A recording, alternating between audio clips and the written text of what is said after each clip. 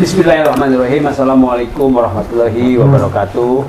Kita berjumpa lagi ya, pemirsa Partai Masyumi TV dan Ahmad Yani Channel. Pada sore hari ini kita akan berbicara tentang food estate. Artinya ini terkait dengan gagasan besar ya Prabowo Subianto yang kita tahu nanti di lapangan bagaimana sesungguhnya yang terjadi. Nah, untuk membahas itu sudah hadir di studio kita Bapak Asosiat Profesor Muhammad Uhaib As'ad ya, yang menjadi dosen di Universitas Islam Kalimantan. Mohon maaf, jadi banyak sekali soal-soal yang memang terjadi di negara kita ini secara nasional maupun secara regional di kewilayahan di daerah. Pak Uhaib ini menguasai betul, termasuk juga tentang tema yang kita bahas sore ini, yaitu food estate. Nah, kira-kira gimana? Apa yang bisa dijelaskan oleh Pak Uhaib kepada pemirsa Partai Masyumi TV? Terima kasih Bang Ahmad Heri. Assalamualaikum warahmatullahi wabarakatuh. Waalaikumsalam warahmatullahi wabarakatuh. Pemirsa Partai Masyumi TV dan Ahmad Yani Channel, Food Estate ini satu kebijakan pemerintah untuk mengakselerasi potensi sumber daya alam di negeri ini dengan potensi sumber daya alam yang kaya ini bisa memberikan kesejahteraan manfaat bagi rakyat Indonesia, karena memang faktanya kita sebagai negara yang kaya raya dalam semua aspek kehidupan, tetapi konyolnya negeri ini, negeri yang kaya ini, apa-apa diimpor. Garam diimpor, kedelai diimpor, beras diimpor, sapi diimpor, semua ya diimpor. Jadi suatu saat Bang Heri, saya pergi ke negara Timur Tengah, di Qatar, di Jordania, dan di Kuwait. Saya jalan-jalan di mall, saya lihat di situ yang menguasai itu dari Thailand, buah-buahan dari Thailand. Yang saya temukan di situ kecap ABC, saus, itu yang ada di negara-negara Arab. Ini menandakan bahwa Indonesia sebagai negara agraris itu belum maksimal mengakselerasi potensi sumber daya alam untuk kesejahteraan rakyatnya. Tulisan yang cukup lama menggugah kita dari Profesor Clifford Geertz dalam tulisannya Agriculture in Pollution, bahwa pertanian yang jalan di tempat. Ini tulisan yang lama sekali, bercerita mengenai Indonesia dalam konteks pertanian itu jalan di tempat. Bagaimana Thailand misalnya di kawasan Asia Tenggara ini, dia merajai dalam dunia agriculture ya, pertanian, dan Indonesia sangat jauh ketinggalan dalam industri pertanian. Nah, di bawah kepemimpinan Presiden Jokowi dan melalui Pak Prabowo, ada satu kebijakan, kalau tidak salah ada 6 provinsi untuk pengembangan pertanian itu, untuk menjawab problematika kelangkaan pangan di Indonesia, sehingga dibuatlah namanya food estate di beberapa wilayah. Nah, salah satu food estate ini ada di Kalimantan Tengah, tepatnya di Kabupaten Kapuas dan Kabupaten Pulang Pisau, dan itu ratusan hektar, ratusan ribu hektar, dan sampai hari ini kita belum tahu ceritanya apa kelanjutan, karena juga masih ada problematik soal kepemilikan lahan dengan masyarakat lokal. Ya, bagaimana kebijakan ini bisa jalan? Persoalan lahan saja masih ribut gitu. Ya, bagaimana soal teknis dan lain sebagainya. Saya kebetulan keluarga istri saya di Kalimantan Tengah, saya sekali-kali ke sana melihat. Itu tepatnya di sebuah kabupaten namanya Kecamatan Palingkau, kemudian di Pulang Pisau juga, itu dekat saja. Jadi belum ada apa-apanya gitu ya. Dan ini sudah diresmikan beberapa tahun yang lalu Pak Pak Prabowo. Dan artinya kita ini sebagai bangsa itu pintar sekali membuat kebijakan dari public policy making proses pembuatan kebijakan. Tetapi yang paling sulit adalah saya melihat bagaimana mengimplementasikan kebijakan itu. Karena lagi-lagi dalam sebuah kebijakan itu tidak steril dari kepentingan ekonomi dan politik. Betul. Jadi kebijakan itu tidak berada pada ruang hampa kepentingan. Jadi ada di situ hidden interest, ya kepentingan politik, kepentingan ekonomi yang selalu bermain, dan ada aktor yang bermain di situ. Kan ini proyek. Nah, ya bisa saja bisa melahirkan potensi korupsi bagi para politisi, bagi para pelaku bisnis. Karena ini proyek besar, dananya juga miliaran, ratusan miliar, mengembangkan food estate ini. Tapi kalau misalnya kita lihat ke belakangnya yang tadi Clifford Geertz soal revolusi pertanian ya, yang itu udah lama ya bukunya. Udah lama sekali. Sampai sekarang ini masih belum ada bergerak juga yang namanya pertanian kita, negara agraris, tapi justru kita masih impor. Jadi apa sih sesungguhnya food estate ini? Apakah itu langkah yang tepat atau sebetulnya tepat, kita harus dukung tapi mungkin pengelolaannya yang salah? Ya. Gimana sebetulnya? Iya, sebetulnya ini ide yang bagus sebetulnya. Ide yang bagus.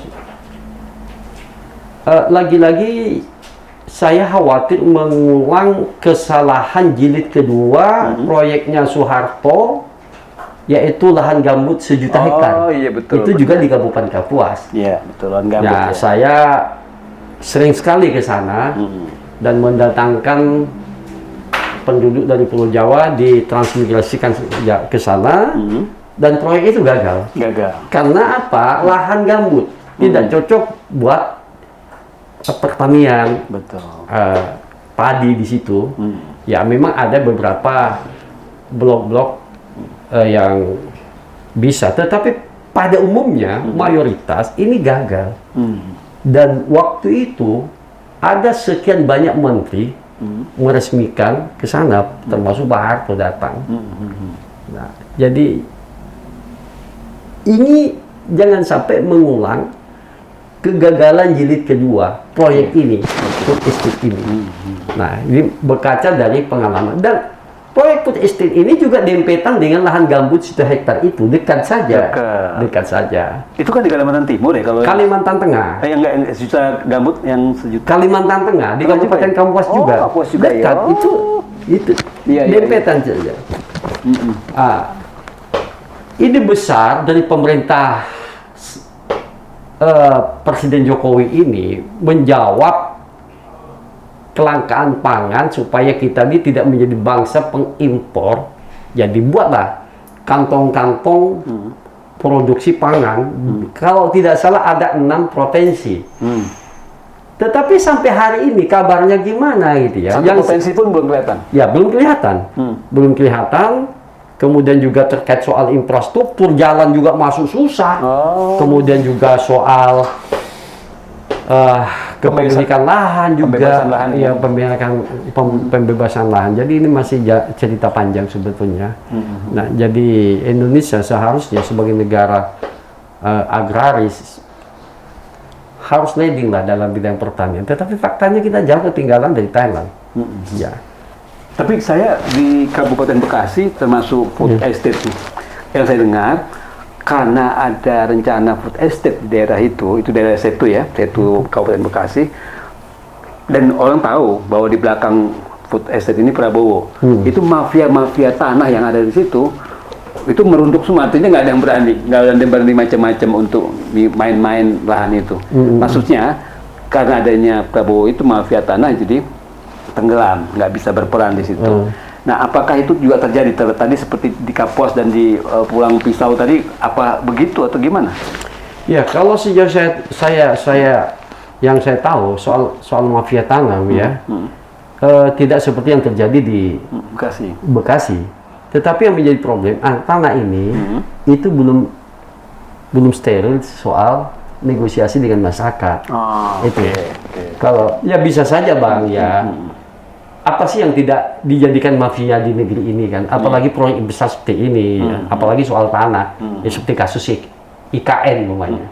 Ya, jadi semua dalam persekongkolan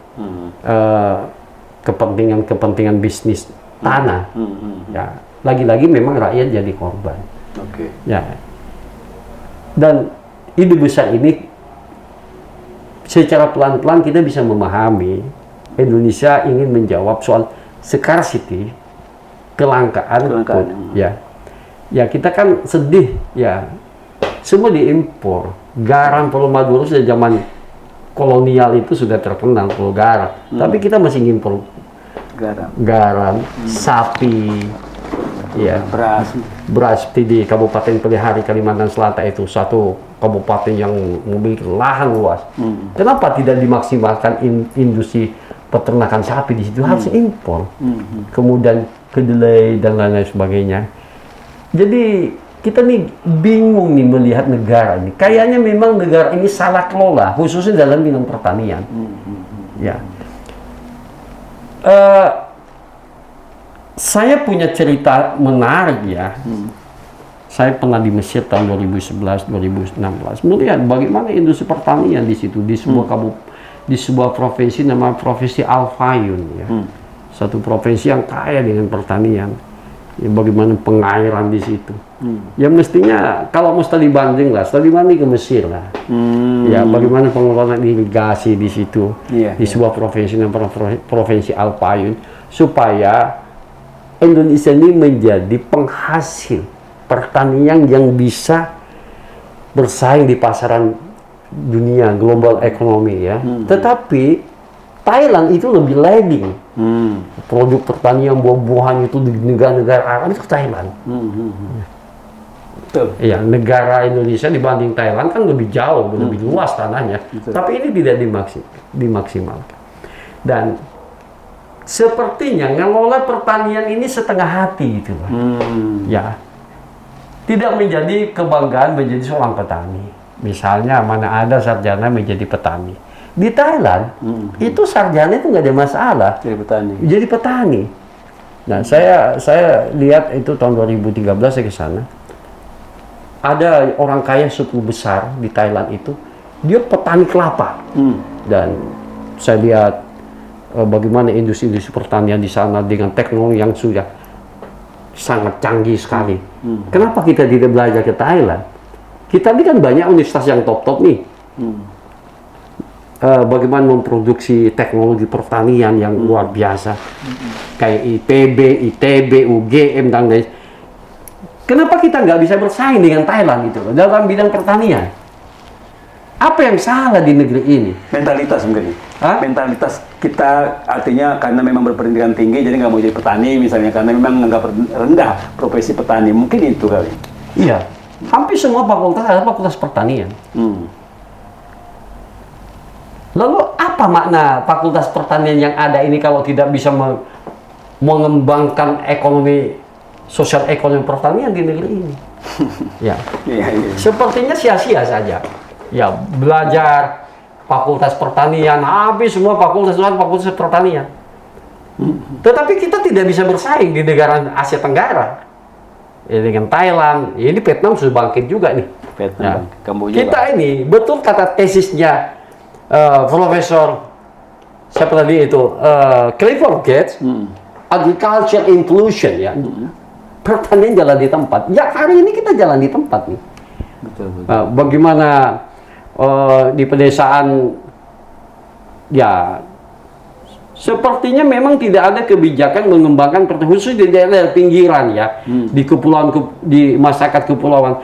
Seperti negara itu tidak hadir dalam mengembangkan ekonomi pertanian masyarakat yang jauh pinggiran di masyarakat kepulauan. Bukan hanya itu, juga dalam sektor perikanan ya kan, saya ini kan orang pulau ini. Ya paham ya, paham ya. Kalau saya ngobrol dengan masyarakat marginal, bagaimana bertarung untuk memenuhi kebutuhan ekonomi keluarga, Ya, mereka merasa negaranya tidak hadir, merasa stateless feeling, perasaan tidak memiliki negara. Itu terjadi yang sekarang, periode sekarang, atau udah sejak kapan-kapan dulu? Sejak dulu sampai sekarang. Tapi kan dulu Soeharto adalah swasembada pangan, bro. Iya. Sukses juga lumayan. Ya lumayan lah. Soeharto ini kan dijuluki sebagai the Tiger of Asia. Ya. Yang macan Asia. Seharusnya kita ini sudah lebih berkembang ya. Tapi justru enggak. Merosot. Ya merosot. Misalnya yang saya lihat di beberapa perbatasan di Malaysia. Di Kalbar itu ada 6 kabupaten yang berbatasan dengan Malaysia. Dan di situ mereka menjadi kerja di Malaysia. Dia bilang, saya tanya, gimana perasaan Bapak sebagai warga negara Indonesia? Sore di Malaysia, pagi di Indonesia, sore di Malaysia. Mereka gini bilang, NKRI di dadaku, Mahathir Muhammad di perutku. Karena mereka menghidupi ekonomi Cari makan di sana. dari Malaysia. Iya. Ini di wilayah perbatasan. Begitu juga di Kalimantan Utara. Boro-boro kita teriak bicara nasionalisme, Pancasila, NKRI. Nah, dalam beberapa seminar saya bilang, kita jangan melihat nasionalisme di Jakarta doang, tapi dia di perbatasan ini. Kalau kita datang ke perbatasan, bicara nasionalisme, bicara NKRI, bicara Pancasila, mereka ketawa. Iya. Yang bicara nasional kan kita ini. Tapi coba lihat di pulau-pulau kecil, yang hidupnya sebagai petani, nelayan, ya mereka kesusahan solar, bagaimana kesusahan modal bikin perahu, alat-alat tangkap ikan, negara nggak hadir. Jadi mereka nih hidup secara natural, secara alami, bertarung memenuhi kebutuhan hidup mereka. Nah, ini Bang Ahmad Hen, ini problem negara kita yang sudah merdeka 77 tahun. Jadi ada yang diuntungkan, ada yang tidak diuntungkan. Nah, kita mengajak mereka bicara nasionalisme, NKRI. Ya, entar dulu kata mereka. Anda bisa bicara nasional NKRI karena Anda sudah berkecukupan. Bagaimana kami yang ada di kawasan perbatasan negara Malaysia ini? Nah, ini problem besar bangsa ini sebagai negara besar yang berjumlah lebih 17.000. Jadi kita ini punya rumah besar, tapi tidak di-maintain dengan baik. Artinya kalau misalnya kita sadar kita tidak maintenance, ujung-ujungnya kan bagaimana negara ini dikelola, artinya oleh siapa gitu kan. Tentunya ini kan kita ketahui ini hasil daripada pemilu, oleh negara dikelola oleh pemerintahan, hasil pemilu berarti ujung-ujungnya politik lagi, akhirnya politik lagi yang memang harus kita perbaiki. Sebagaimana pernah Dr. Ahmad Yani menyatakan bahwa satu-satunya yang memang harus betul-betul direformasi di Indonesia ini dari awal ujungnya adalah partai politik. Itu kira-kira mungkin. Saya terima kasih sekali nih Pak Prof. Muhammad Wahab yang sudah menjelaskan tadi tentang food estate yang sesungguhnya banyak orang yang tidak paham tentang apa itu food estate, tetapi yang pasti idealismenya ini bagus, tapi kenyataannya di lapangan masih banyak kendala dan susah sekali untuk berkembang ya. Daripada kita menjadi importer terus ya, kenapa tidak? Karena negara kita negara agraris sesungguhnya gitu kan, tetapi justru negara agraris yang memalukan impor beras gitu kan, lucu sekali. Impor garam, macam-macam itu. Terima kasih. Terima kasih Pak. Terima kasih. Ya, terima kasih pemirsa Partai Masyumi TV dan Ahmad Yani Channel. Saya sudahi diskusi kita sore ini dengan Prof. Muhammad Wahab As'ad ya tentang food estate. Nanti lain kali kita akan ketemu lagi dengan tema yang berbeda. Terima kasih. Billahi taufiq wal hidayah. Wassalamualaikum warahmatullahi wabarakatuh. Waalaikumsalam.